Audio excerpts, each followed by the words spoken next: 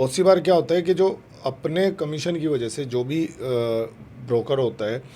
या channel partners होते हैं वो अपने कमीशन को देखते हैं, इन्वेस्टर के फ़ायदे को नहीं देखते हैं। बिल्कुल। तो मैंने वो सारी चीज़ें देखी है और मैं आज भी अगर किसी के साथ भी कनेक्ट होता हूँ,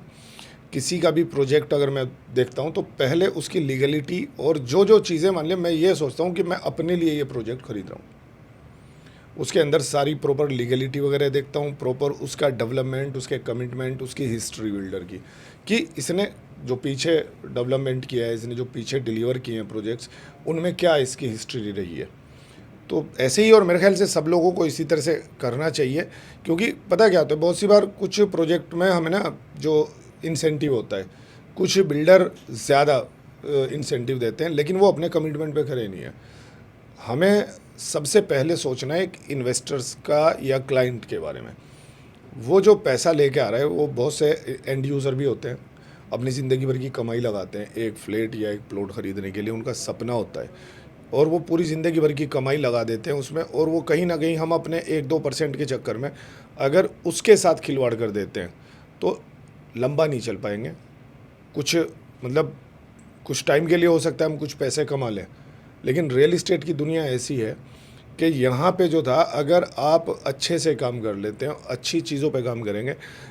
चीज़ों को समझेंगे और इन्वेस्टर की और क्लाइंट की ज़रूरत को समझ के उसके हिसाब से आप काम करेंगे तो लंबा चलेंगे। और एक क्लाइंट जो था 10 लोगों के रेफरेंस देता ही देता है अगर आपने अच्छा किया है। उसमें क्या होता है, अभी जो मेरे इन्वेस्टर हैं, मेरे क्लाइंट्स हैं, उनके यहाँ कोई शादी ब्याह पार्टी कोई प्रोग्राम होता है, उसमें भी इनवाइट करते हैं, मतलब मैं उनकी फैमिली का मेंबर बन जाता हूँ। अब जब मैं जाता हूँ वहाँ पे तो मैं तो नया चेहरा हूँ, वहाँ पे लोग मिलते हैं, आते जाते तो पूछते हैं यार ये कौन है नया चेहरा, क्योंकि फैमिली के बारे में, उनकी फैमिली का प्रोग्राम है। तो वहाँ पे जाता हूँ तो नया चेहरा पूछते हैं लोग, फिर वो बताते हैं अरे ये वो हैं, इन्होंने हमें वहाँ पे एक यूनिट दिलाया था, इन्होंने वहाँ हमें फार्म हाउस दिलवाया था। तो ऐसे कनेक्ट बनते हैं और रेफरेंस बहुत मिलते हैं। आपको कुछ करने की ज़रूरत नहीं है, बस सही चीज़ में हो सकता है आपकी डील जो था बहुत सी बार होने में टाइम लगे थोड़ा सा, पेशेंस बहुत ज़रूरी है। जितना ज़्यादा इस काम के अंदर पेशेंस रखेंगे और पॉजिटिविटी रखेंगे उतना ज़्यादा कामयाब होंगे। चीज़ों को जेन्युइन डिलीवर करें, कभी भी ओवर डिलीवर ना करें। मेरे साथ ये हुआ है, कभी आज तक मैंने किसी भी इन्वेस्टर को रॉन्ग कमिटमेंट नहीं किया है एक यूनिट बेचने के लिए। कभी भी कोई भी होता है, अगर भले ही इन्वेस्टर या वो क्लाइंट ना ले, उसको मना कर दे, मुझे पता है अगर ये चीज़ मैं इसको सच बोल दूंगा तो मना कर देगा, लेकिन वो घूम के आएगा वापस, कोई रेफरेंस देगा, वो उस चीज़ में फिट नहीं हो रहा होगा, लेकिन उसके पास कोई रेफरेंस होगा जो उस चीज़ में और